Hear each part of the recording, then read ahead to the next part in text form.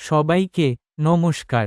দয়া করে এই পুরো ভিডিওটি মনোযোগ সহকারে দেখুন। লেখার জন্য সঠিক গ্রিপ কি? চক, পেন্সিল, মার্কার, ক্রেয়ন বা কলম, যে কোনো কিছু দিয়ে লেখার জন্য এটি হলো সঠিক গ্রিপ। বাচ্চাদের 3টি আঙ্গুল দিয়ে লিখতে শেখাতে হবে। শিশুরা তাদের সুবিধামতো বাকি 2টি আঙ্গুল ভিতরে রাখতে পারে। প্রথমে আপনি বাচ্চাদের 3টি আঙ্গুল দিয়ে লেখা শেখাতে পারেন।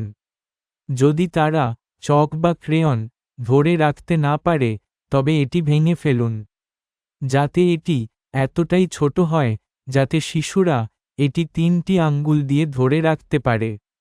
বিভিন্ন জিনিস দিয়ে লেখার পর শেষে আপনাকে বাচ্চাদের পেন্সিল দিয়ে লেখা শেখাতে হবে।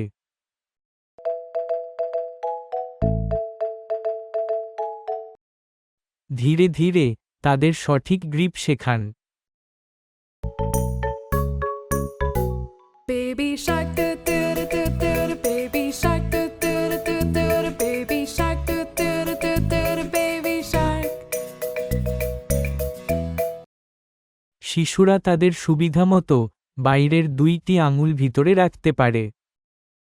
Mommy shark do do do do do do, mommy shark do do do do do do, mommy shark do do do do do do, mommy shark. Daddy shark do do do do do, daddy shark do do do do do, daddy shark do do do do do, daddy shark.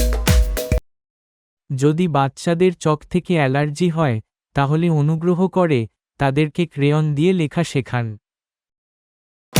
Grandma shark do do do do do, grandma shark do do do do do, grandma shark do do do do do, grandma shark.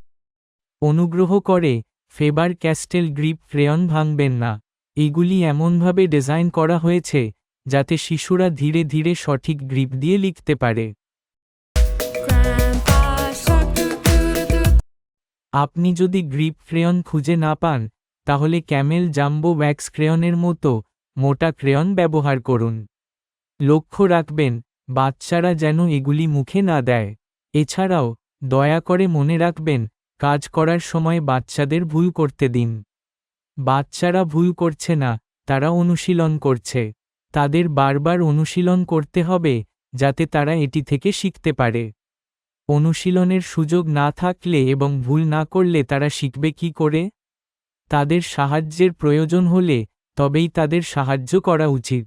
এই কোর্সে শিশুর ইচ্ছাকে প্রাধান্য দিতে হবে। আমাদের তাদের শেখার ইচ্ছা এবং আগ্রহ অনুসারে তাদের সম্মানের সাথে শেখাতে হবে। আমাদের সাথে শেখার জন্য ধন্যবাদ। আপনার দিনটি শুভ হোক।